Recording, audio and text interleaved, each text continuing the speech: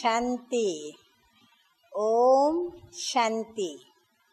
आज की तारीख है 1/10/11 और आज की ज्ञान मुरली को सुनने से पहले फिर से याद दिला देती हूँ कि आज है नवरात्रि का 5वां दिन और नवरात्रि तो आप जानते ही हो, शिव शक्तियों का ही गायन पूजन होता है।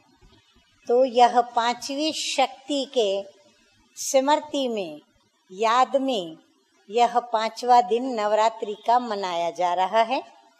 तो सर्वशक्तिमान मीठे मीठे बाप दादा कहते हैं, मीठे बच्चे तुम जिसकी आज तक महिमा गाते थे वही अब तुम्हारे सामने हाजिर है।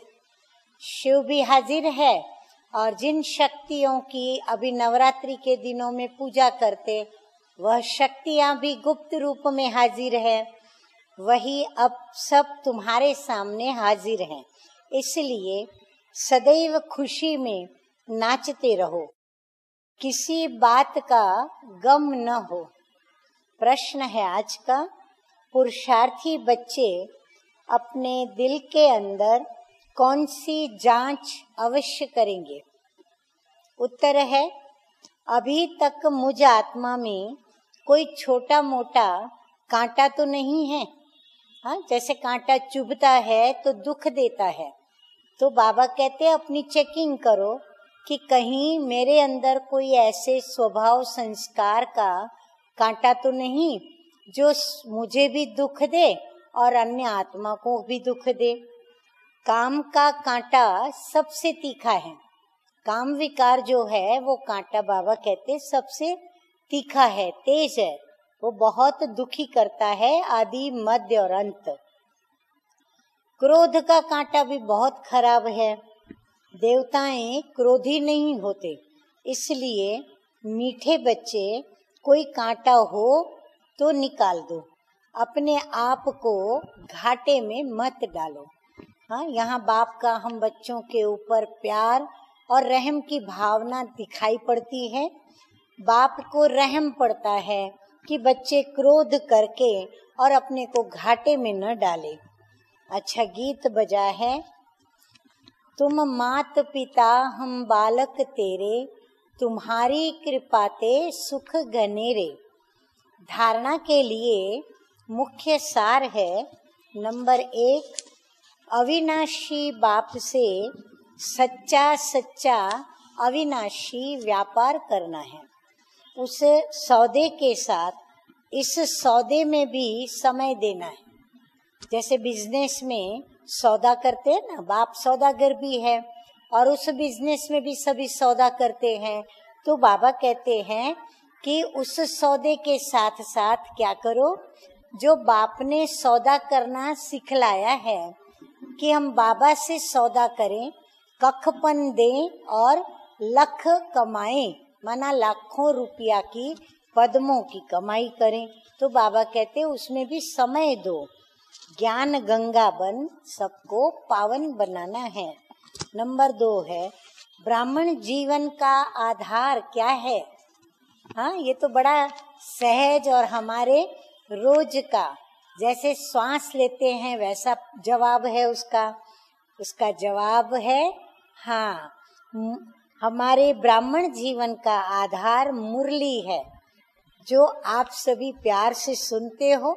तो बाबा भी कहते हैं जिसको प्यार से सुननी है और फिर क्या करना है, सुनने के बाद उसको सुनानी भी है। अंदर कोई भी कांटा हो तो उसे निकाल देना है। अवगुणों का दान करना है।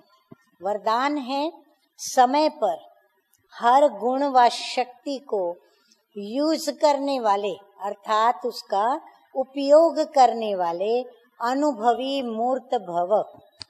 ब्राह्मण जीवन की विशेषता है अनुभव। अगर एक भी गुण व शक्ति की अनुभूति नहीं होती तो कभी ना कभी विघ्न के वश हो जाएंगे।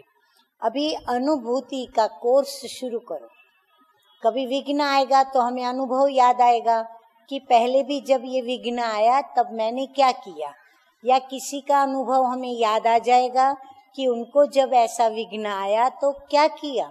तो बाबा कहते हैं उसको याद करने से क्या होगा, वो विघ्न जो है उसके हम वशीभूत नहीं होंगे और विघ्न टल जाएगा। हर गुण व शक्ति रूपी खजाने को यूज करो। जिस समय जिस गुण की आवश्यकता है उस समय उसका स्वरूप बन जाओ। नॉलेज की रीति से बुद्धि को खजाने में ला करके रख दो, नहीं तो यूज करो, तब ही तुम विजयी बन सकेंगे।